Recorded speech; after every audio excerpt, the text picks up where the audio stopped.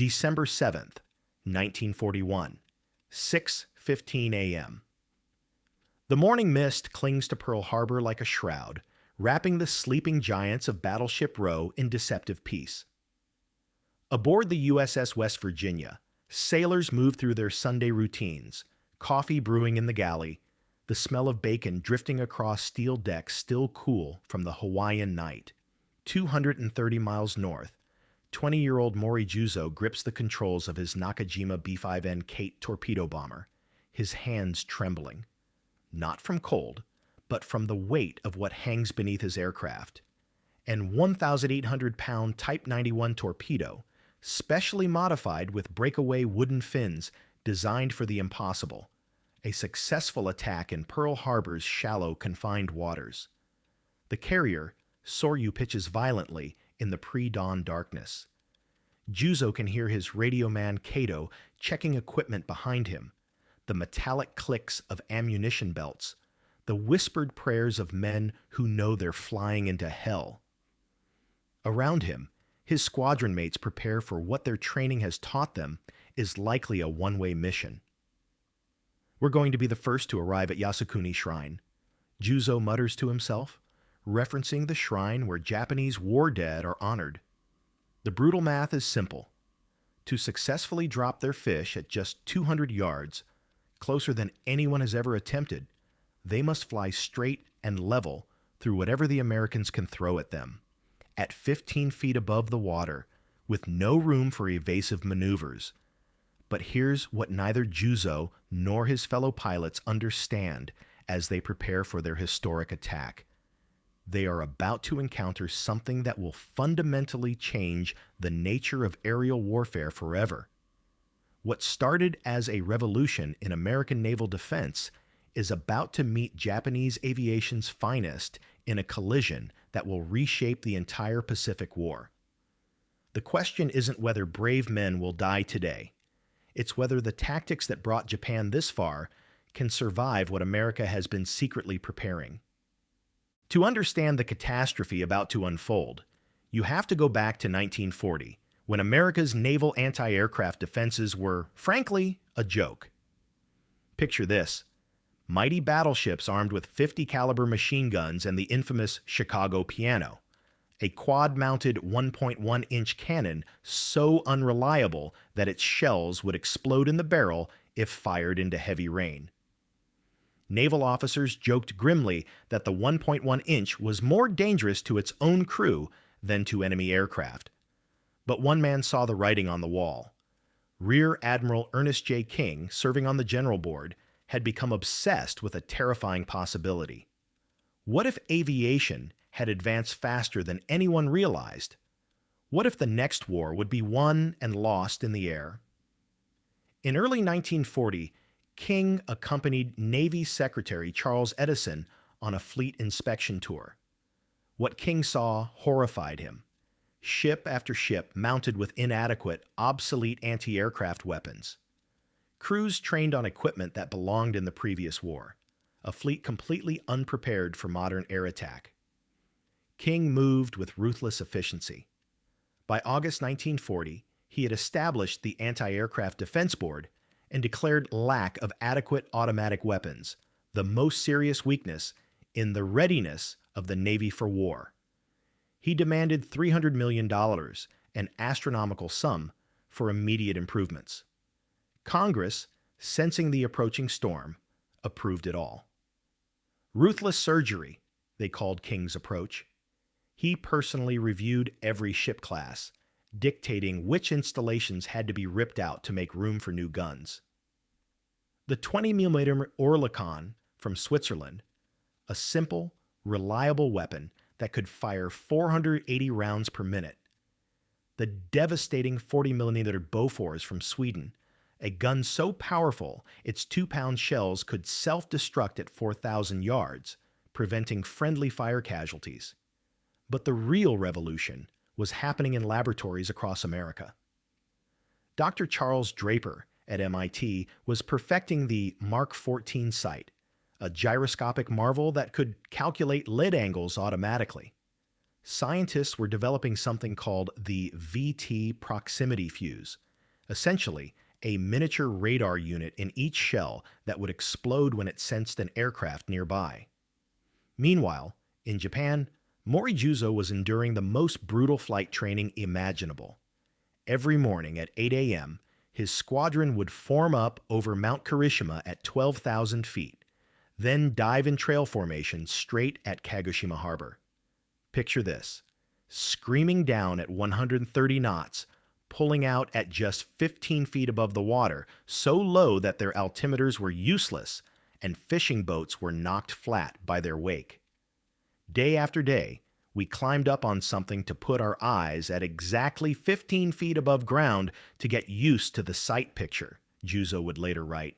They practiced torpedo drops at 200 yards, a distance so close it required split-second timing and nerves of steel. One mistake meant joining the wreckage on the harbor floor. The Japanese pilots were supremely confident. They were flying the world's most advanced carrier-based torpedo bomber. Their training was more intensive than any Air Force had ever attempted. They had developed special shallow water torpedoes that could run true in Pearl Harbor's confined spaces. What they didn't know was that every month they trained, American defenses were evolving exponentially. Shore-based anti-aircraft training centers were mass-producing gunners who understood coordinated fire. New radar systems were being installed on ship after ship. The proximity fuse was moving from laboratory to production. By late 1941, the collision course was set. Japanese aviation, representing the pinnacle of tactical aviation development, was about to meet American naval defense that had transformed itself in just 18 months from laughably inadequate to the most sophisticated in the world. But nobody, not even Admiral King, fully understood what was about to happen. The Japanese had trained for surgical strikes against poorly defended targets. The Americans had built a system designed to create walls of coordinated fire that nothing could penetrate. The morning of December 7th would test both philosophies in the most dramatic way possible. And while Pearl Harbor would shock America into war, it would also reveal something else. The age of the torpedo bomber was about to end in a storm of precisely aimed steel and explosives that would redefine what naval warfare could become. 6 a.m., December 7th, 1941. The signal fires from flagship Akagi pierce the pre-dawn darkness. Prepare to launch planes. Morijuzo feels his Nakajima Kate drop away from Soryu's flight deck like a stone, the massive torpedo beneath dragging his aircraft toward the black Pacific swells. Around him, 40 torpedo bombers form up in the darkness, their navigation lights looking like fireflies against the morning stars. Behind them, dive bombers and Zero fighters complete the first wave, 183 aircraft total, carrying Japan's hopes for quick victory. The sun rises as they approach Oahu, revealing puffy trade wind clouds and impossibly blue water. "Hey, there's Hawaii," Juzo calls to his radio man Kato. "Look out, Mr. Enemy. Your blue eyeballs will soon be spinning." The relaxed atmosphere feels like just another training flight. There's no sense that they're heading toward what will become the most intensely defended waters in naval history. But as they approach the northwest tip of Oahu, threading through the Waianae Mountains, reality begins to intrude. Wheeler Field spreads before them, 200 American fighters lined up in perfect rows.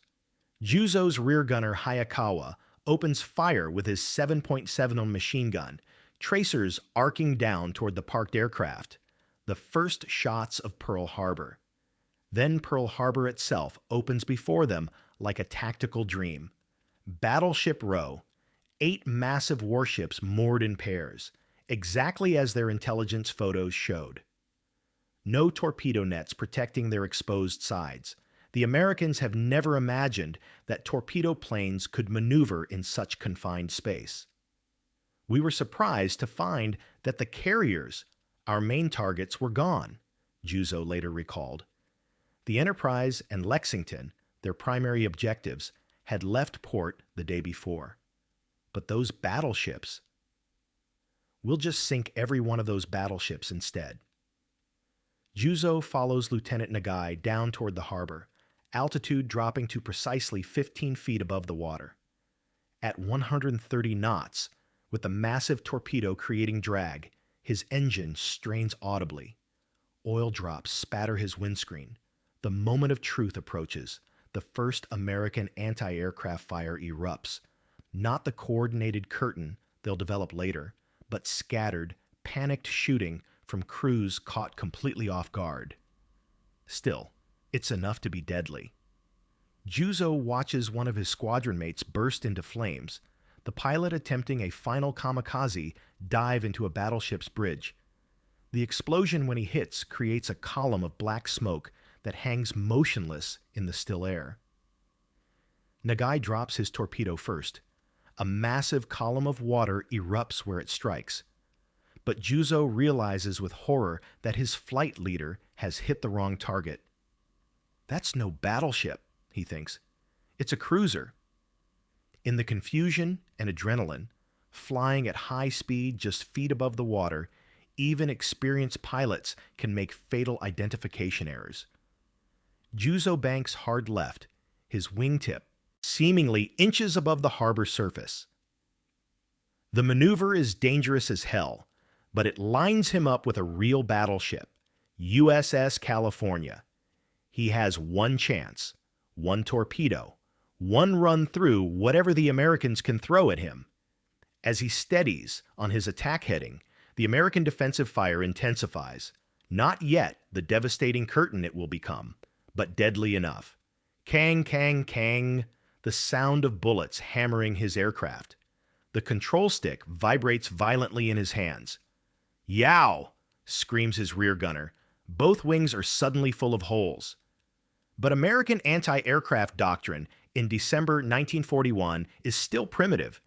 Individual guns firing independently, no coordination, no proximity fuses, just raw volume and desperate courage.